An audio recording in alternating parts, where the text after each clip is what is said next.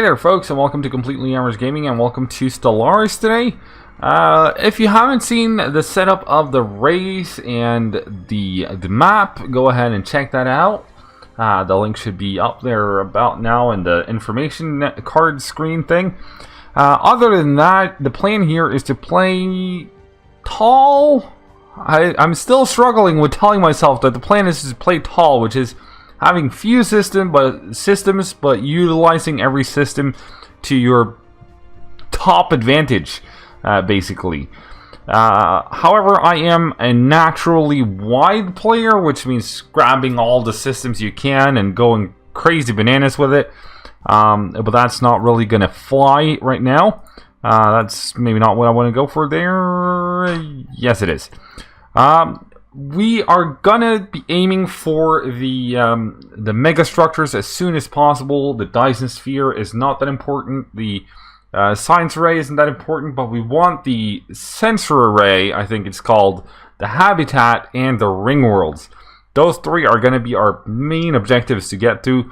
We'll be getting to the habitat by far first. It's the easiest one to get to, and then from there on we'll go on and eventually also get to the ring world, and also the sensor array, or whatever it's called. The habitat is a planetary thing which you place in orbit around any celestial body within a system, and then you have the and that is a place you can build your population, and a place where you can which we will be specializing in food, science, or energy. And then we'll have the habitat rings eventually, which will be specialized primarily towards minerals. And then we'll have the sensor array in order to get full vision of everyone and whatever they're doing, what they're having for breakfast, lunch, dinner, whatever. Anywhere on the map as a whole, which is going to be brilliant. Anyways, I started, setting up the science here real quick, and then I stopped. So we might as well get going with that again. We are going to be grabbing this one because that gives us plus unity, and unity is going to be very important early on and through the whole game, so we're going to be grabbing that. As for here, the research speed is of course very nice, and I think that's the one we're going to go for. Brilliant. As for the science ship, you can just, start exploring. We'll go there. Survey. Survey. There we go. Survey and survey. And then we're gonna go with this little chap right here. Build some mining stations like there. It's gonna be brilliant. All right, so that is our initial setup.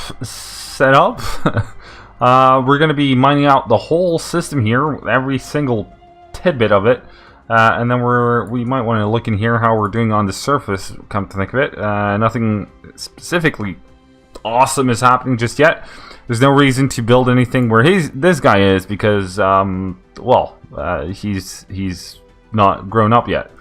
But yeah, we will be trying to keep it at a minimal amount of planets. We're probably going to overextend the amount of planets a little, because I tend to go wide, and trying to contain myself into tall playstyle is going to be challenging for me to keep up with.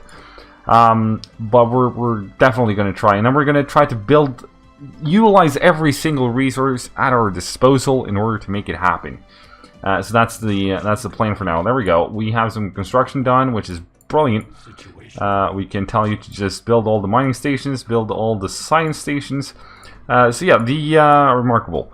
So yeah, the tall build style is going to be disadvantaged or less good early on, but once we get to the mega structures, I think that will overcompensate for the lack of early advantage. So we just got to keep cool with all our neighbors until then. All right, our first tradition has been unlocked, and I'm thinking we'll either go prosperity, expansion, or discovery. Those are probably going to be our first tradition trees. we're going to be going down. Discovery gives us survey speed increase, which is good. It also helps our science ships disengage quicker, which is beautiful.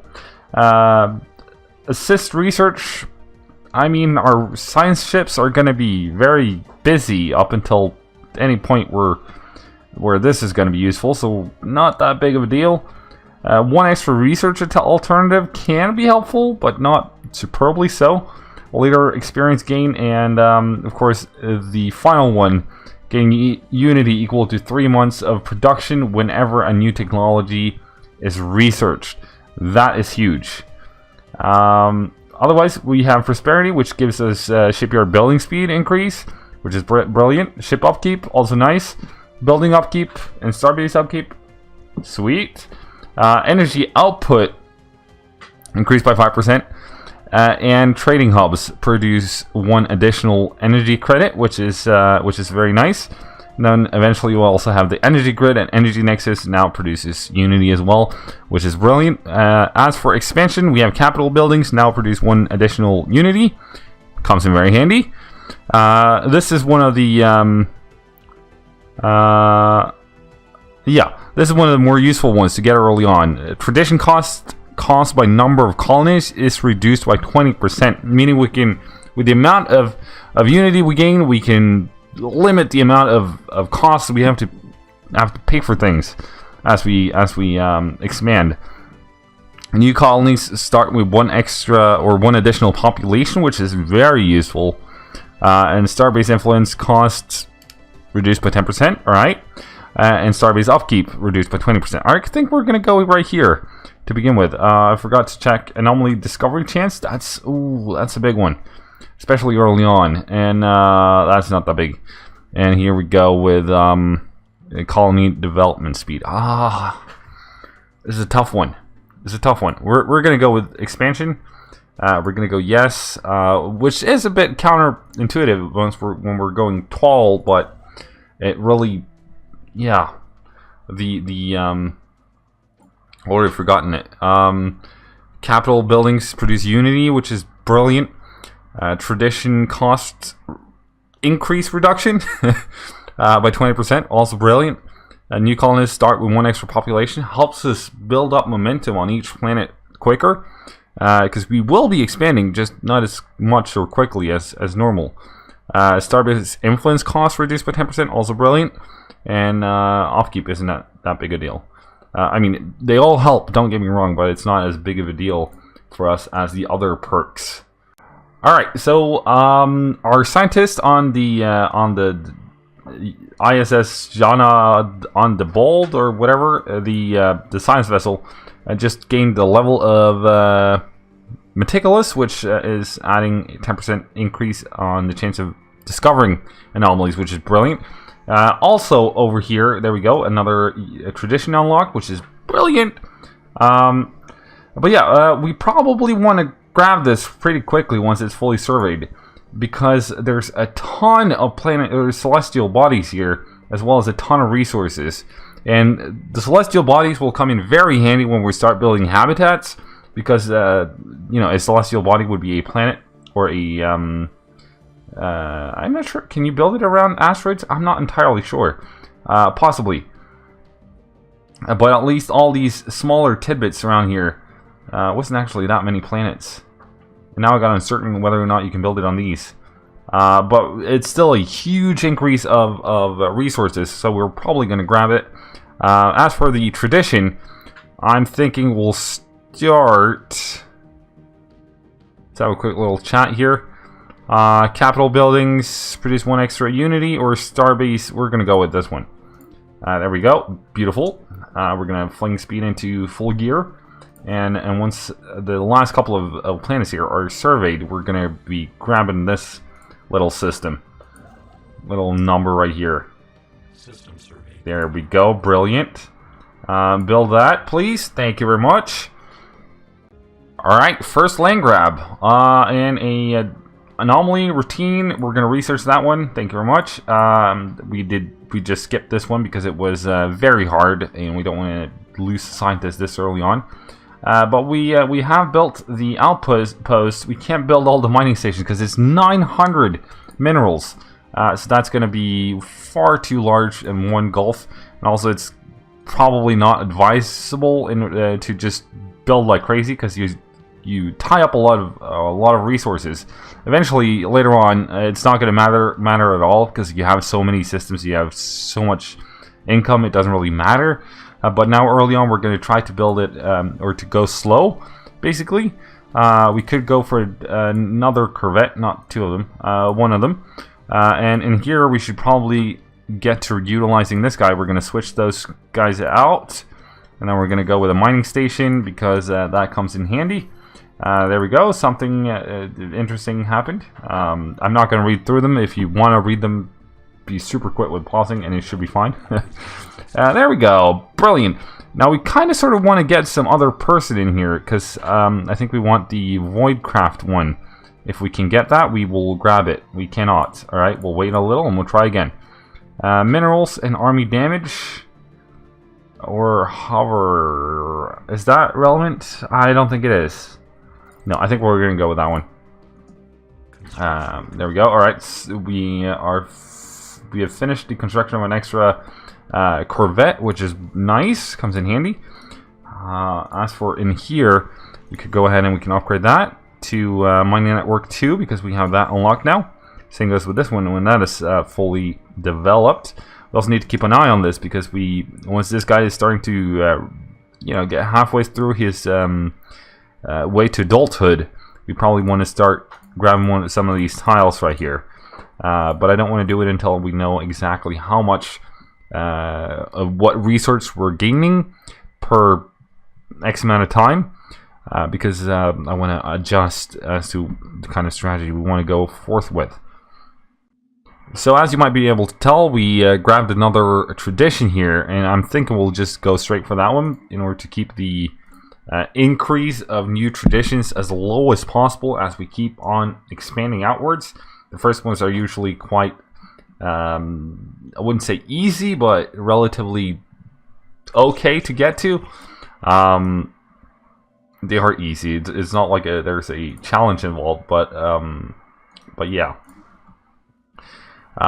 they come fairly easily, fairly quickly, and then later on, traditions take forever in order to get another tradition tile, or another tradition. Probably this would be a tradition tree. Let's call it that. This is a tradition tile or a tradition. The whole thing is a tradition tree. That's a tradition branch. I don't know. Yeah. Alright, we unlocked the planetary unification, which is beautiful. A good place to start. We get some unity from that.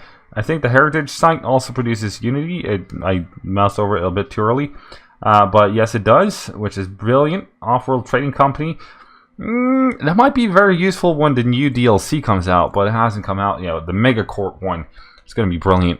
Kind of looking forward to that one. Hoping I'll be able to grab it pretty quickly, and that I'll have time to play around with it. I mean, I probably won't grab it right away unless I got time to play around with it.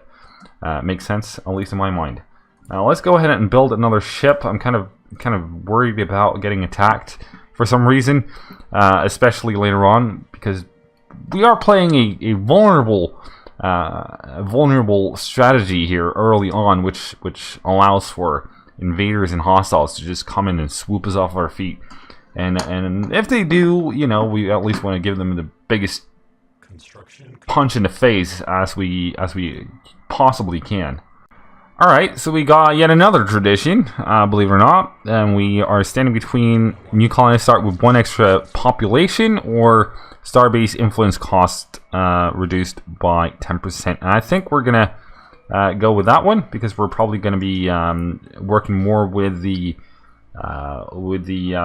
star bases now, at least, than we are with the colonization. So that's going to be more helpful early on, and also be more advantageous. As for the science here, we could go ahead and unlock the fusion reactor or the power plant. They're both quite useful. Right now we're sitting pretty in terms of energy credits. I think we're going to go straight for the fusion reactor, which is going to be nice. As for our little construction dude here, ooh, I forgot something. Hello. Yeah, we should have unlocked some of this already. And I think since we did not go for the tier 2 energy reactor, we're going to go for the energy tile in here instead. And after that, we're going to upgrade that one. And after that, we can probably just go for that one right away. Beautiful. Should have possibly focused more on science as of right now. But it's going to be fine. I'm sure it will. Hopefully the AI will agree to those terms. Alright, now I'm not sure which of the updates this happened in, but for some reason you can no longer build science and construction ships right off the bat, which is kind of sad because I really want a science ship or a construction ship, preferably both right now, to be honest, because I want to start expanding my horizon of knowledge, removing fog of war and all the good stuff. I also want to increase the speed at which we're building mining stations, because right now we can't keep up with our resources, and for that matter, the amount of things we discover. And what kind of a system is that? 18? 18 is decent enough. It's not a big planet, but it's not a tiny one either. So that might be a place we want to colonize in the not too distant future. As for here, can we now get a different scientist in here? Please? We could have, but none of them are good enough or good in what we want them to be good in. Corvette hull points, robot, coil gun. See, we want to continue along the Voidcraft one, so we're going to grab that one. There we go. We got one left, so let's go ahead and build that as well.